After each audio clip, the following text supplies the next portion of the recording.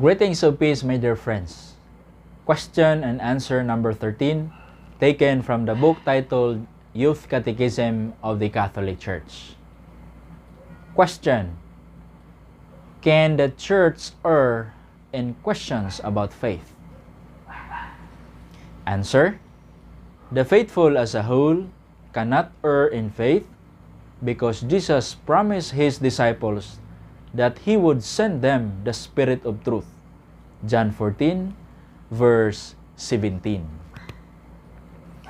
Just as the disciples believed Jesus with their whole heart, a Christian can rely completely on the Church when he asks about the way to life.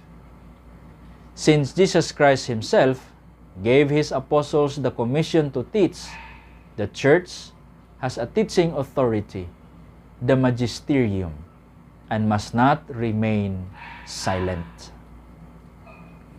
The word magisterium comes from the Latin magister, which means teacher, term for the mandate of the Catholic Church to present the faith, to interpret it with the aid of the Holy Spirit, and to protect it from falsifications. Although individual members of the Church can err and even make serious mistakes, the Church as a whole can never fall away from God's truth. The Church carries through the ages a living truth that is greater than herself. We speak about a depositum fidei, a deposit of faith that is to be preserved. If such a truth is publicly disputed or distorted, the Church is called upon to clarify again what has always and everywhere been believed by all, according to Saint Vincent of Lerins.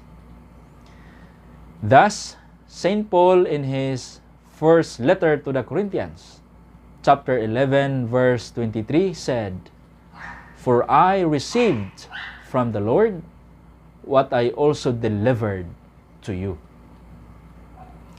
On this note, in the document of the Second Vatican Council, De Verbum, it says, "Sacred Scripture and sacred tradition, then, are bound closely together and communicate one with the other, for both of them, flowing out from the same divine wellspring, come together in some fashion to form one thing and move toward the same goal."